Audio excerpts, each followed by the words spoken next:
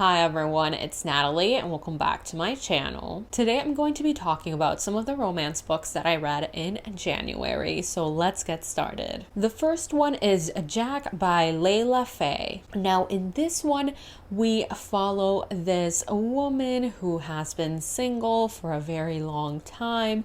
It's Halloween and she decides to do a little magic ritual to see if she can get a man.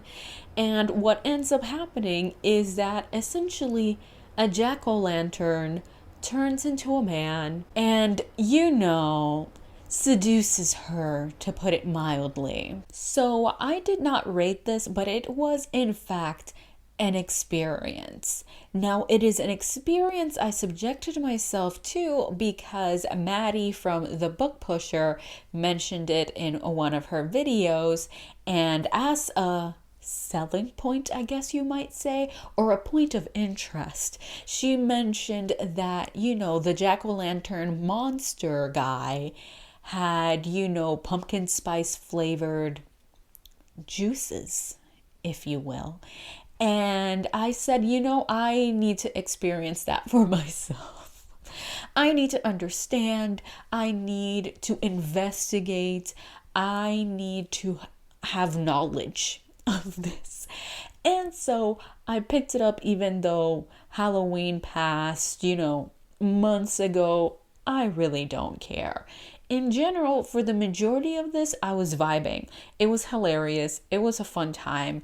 I was cackling as I was reading.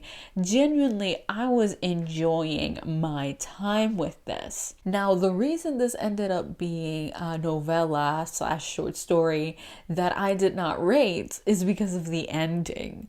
The ending was quite disturbing to say the least, and I am going to be spoiling it. So, what happens in the end is that, jack-o'-lantern guy and the protagonist are together, have been together for a while. And you know what she does in her free time? She bottles the pumpkin guy's juices and sells them and sells it as organic pumpkin spice syrup.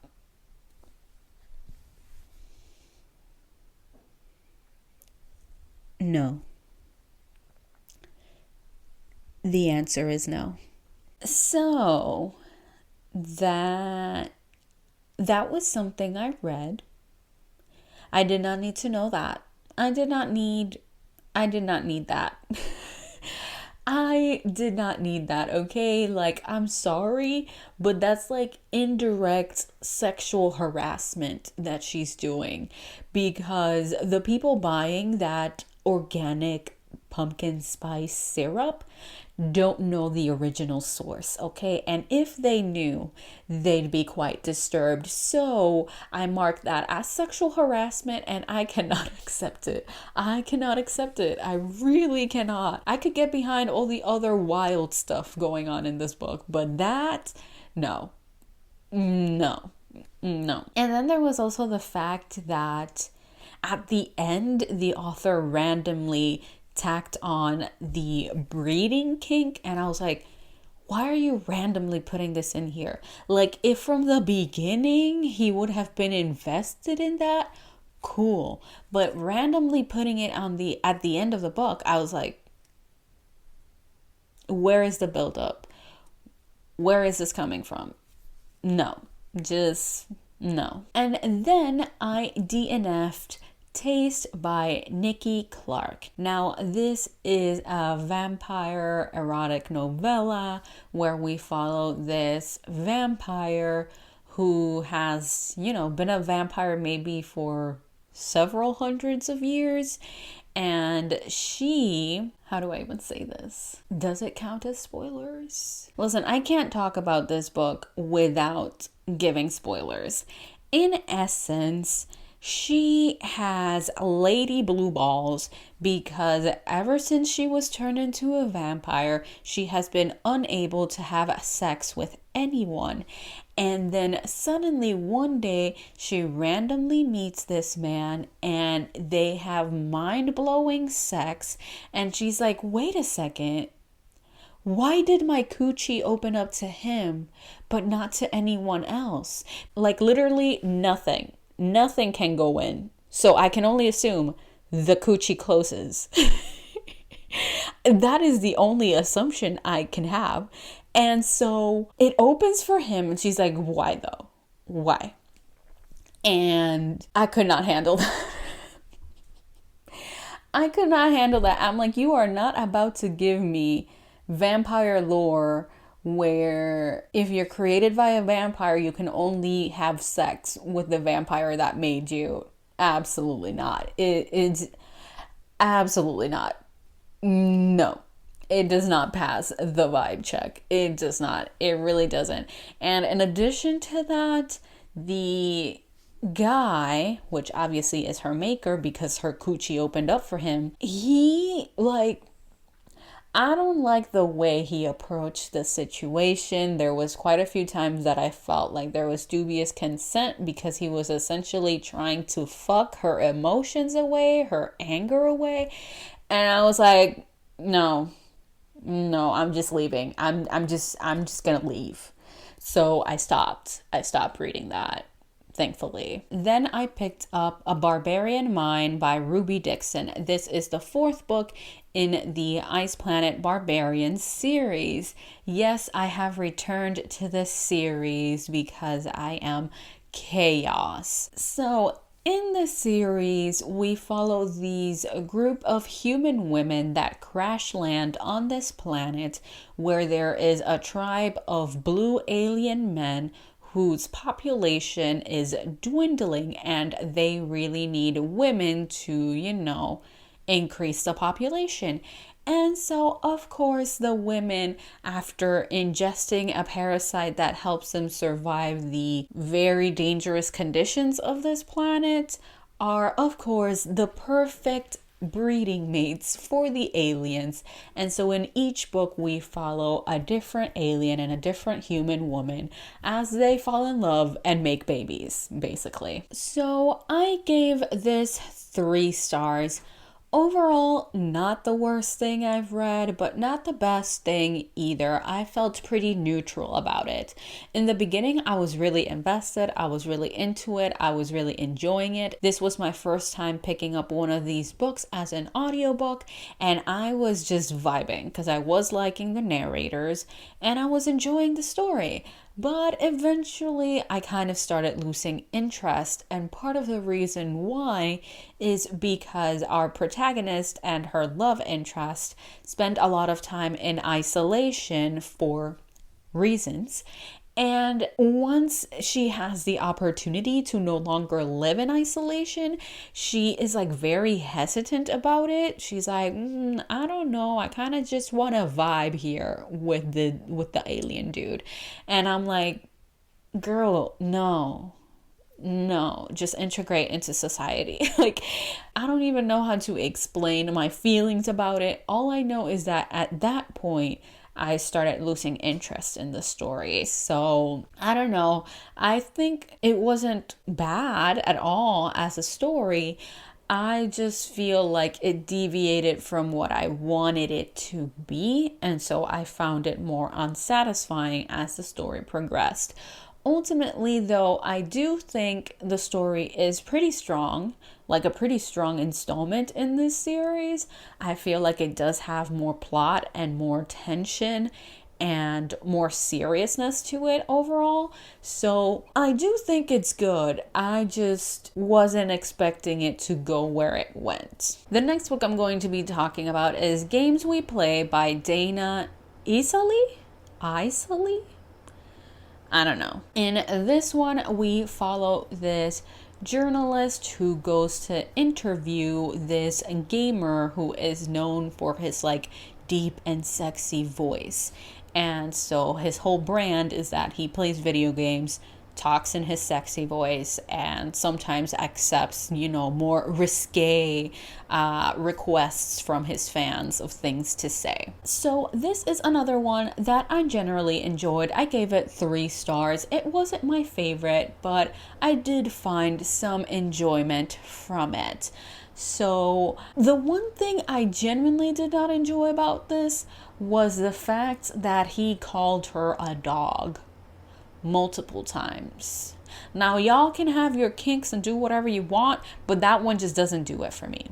He called her pet a few times, and I'm okay with that, mostly because I'm familiar with that pet name from historical novels and older published novels, like classics.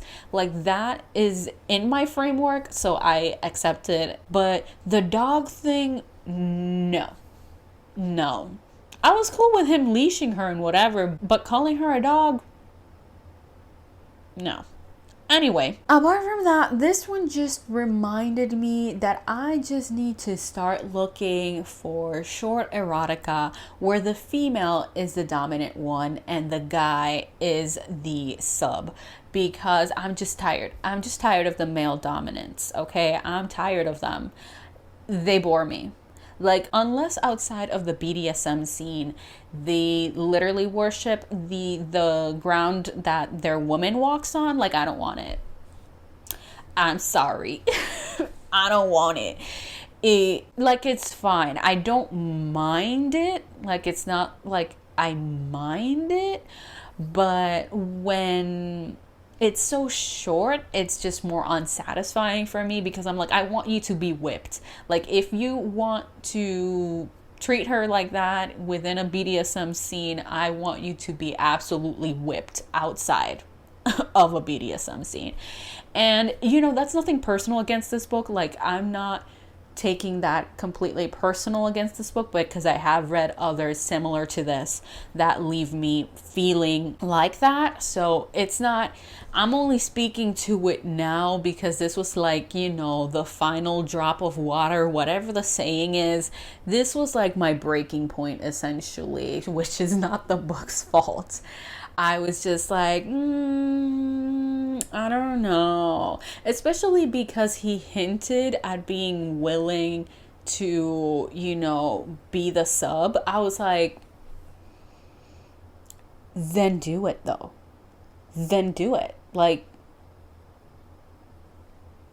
just do it, And like, if this has been longer, I really wish a scene like that would have been included, but instead we really didn't get that. Instead, it was just, they did their thing, whatever. It was enjoyable enough. I think the main problem I have with this book is just that it was just my breaking point for quite a few tropes, because the other thing was like, spoiler alert, I guess, the last chapter or the epilogue, whatever it is, ends with him proposing and they're gonna get married.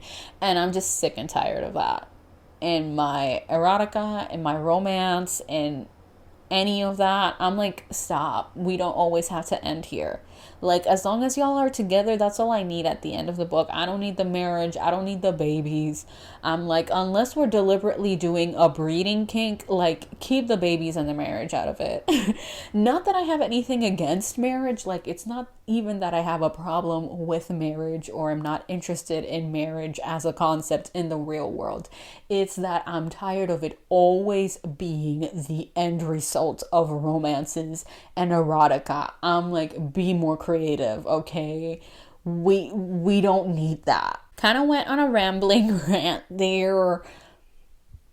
Would I still recommend this? I think so. I really want to check out the audiobook because the narrator sounds amazing. Like, his voice, incredible. So I actually want to reread this as an audiobook just to hear that guy talking.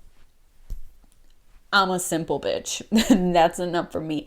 So we shall see if I do actually do that eventually. The last book I'm going to be talking about is At His Countess's Pleasure by Olivia Waite. So this one is a historical romance. We follow this woman who is looking for a husband, and her family in the previous book in this series, which I did not read, was, the subject of a scandal. And so she is trying to figure out who she can marry now that the scandal has died down a bit.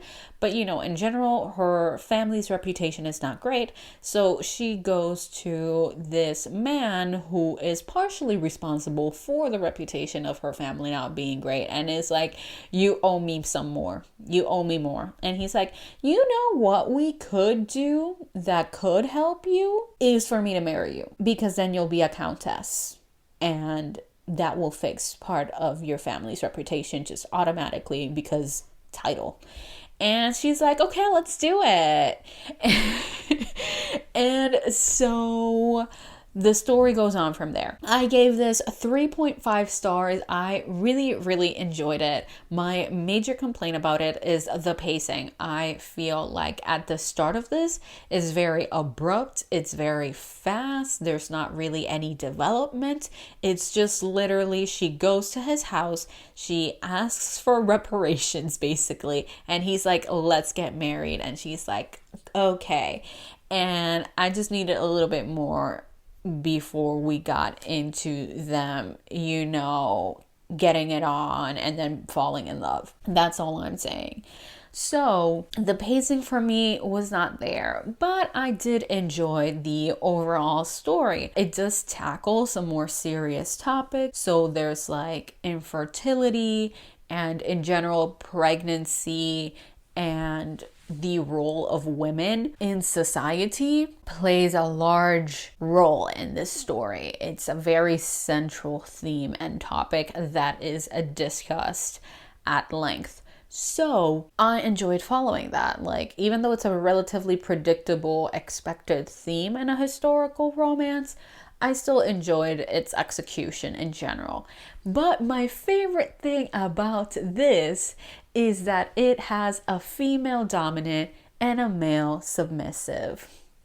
That's what I wanted. Like, I literally, after I finished Games We Play, I was like, okay, let me try to see if I can find a romance that doesn't have a literal dominatrix on the cover, which has a female dominant.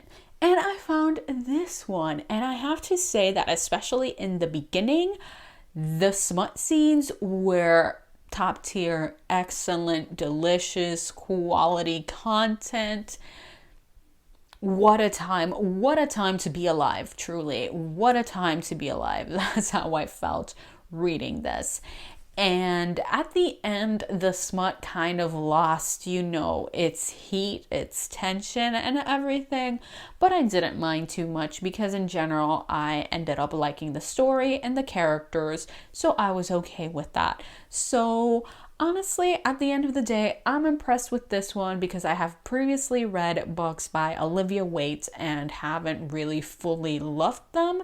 So to have this one as a pleasant surprise was very, very nice. And I would recommend it if you're looking for that dynamic. And potentially you might even want to pick up the first book to have more context for this one, because I feel like part of my frustrations with the book might be compensated or fixed if I read the first book in this duology. So there you have it. Anyway, so that's it for today's video. Thank you all so much for watching. If you enjoyed this video, please don't forget to like, comment, and subscribe. If you would like to follow me on any of my social media, I will have the links to that down below in the description. But for now, see you next time.